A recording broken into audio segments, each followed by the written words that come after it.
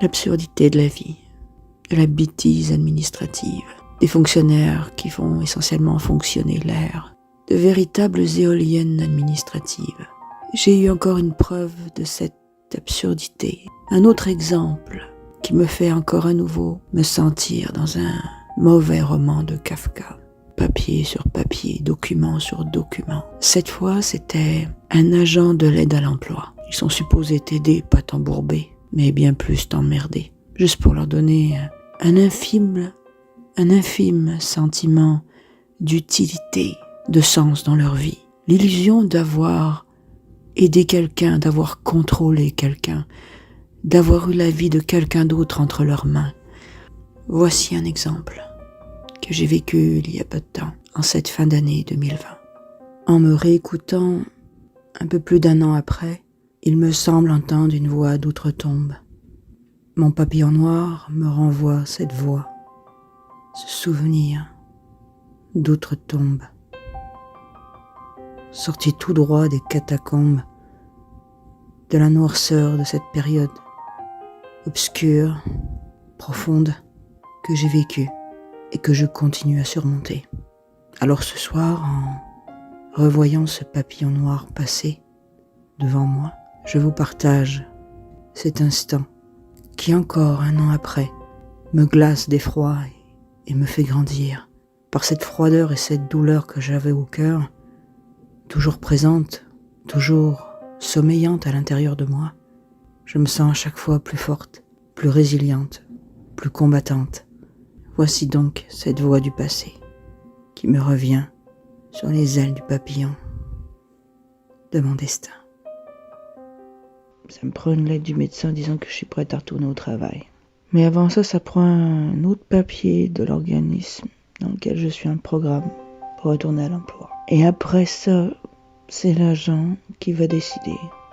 En sachant que depuis 2019, j'attends un suivi, que depuis 2 tentatives, j'attends d'avoir un diagnostic et un suivi en psychothérapie. Sachant que j'ai pas les moyens de me payer un vrai psy et une vraie psychothérapie. T'es fin décembre et tu vois l'iceberg qui se pointe la gueule. Tu vas pas mieux parce que t'angoisses, parce que ta dépression est de retour. Puis la société qui te fout une pression, la vie qui se fout de ta gueule, la société qui se fout de ta gueule, qui prétendent qu'ils veulent que tu ailles mieux, mais qu'ils en ont rien à foutre. Personne en a rien à foutre de ta gueule. T'es là pour consommer, dépenser, payer ce que t'as à payer, puis le reste, s'il te reste de quoi pour vivre, tant mieux, sinon on s'en balance. T'es juste une pièce remplaçable. Tu n'es rien, tu ne vaux rien, tu ne représentes rien pour personne. Et les petites madames vont dire non, tu es importante pour moi. Reste positive. Crois. La seule croix, elle sera sur ma tombe. Mais encore, je veux même pas de tombe. Je veux même pas de cercueil, je veux même pas coûter rien à personne. Foutez-moi un trou, mettez-moi dedans. Et plantez un arbre au-dessus de moi. Et c'est tout. Le fumier, c'est le meilleur engrais qui soit.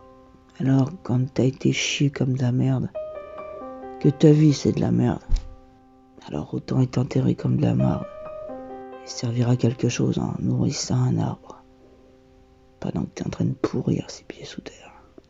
Comment il y a quelque chose qui se nourrisse de toi, que tu serves au moins quelque chose.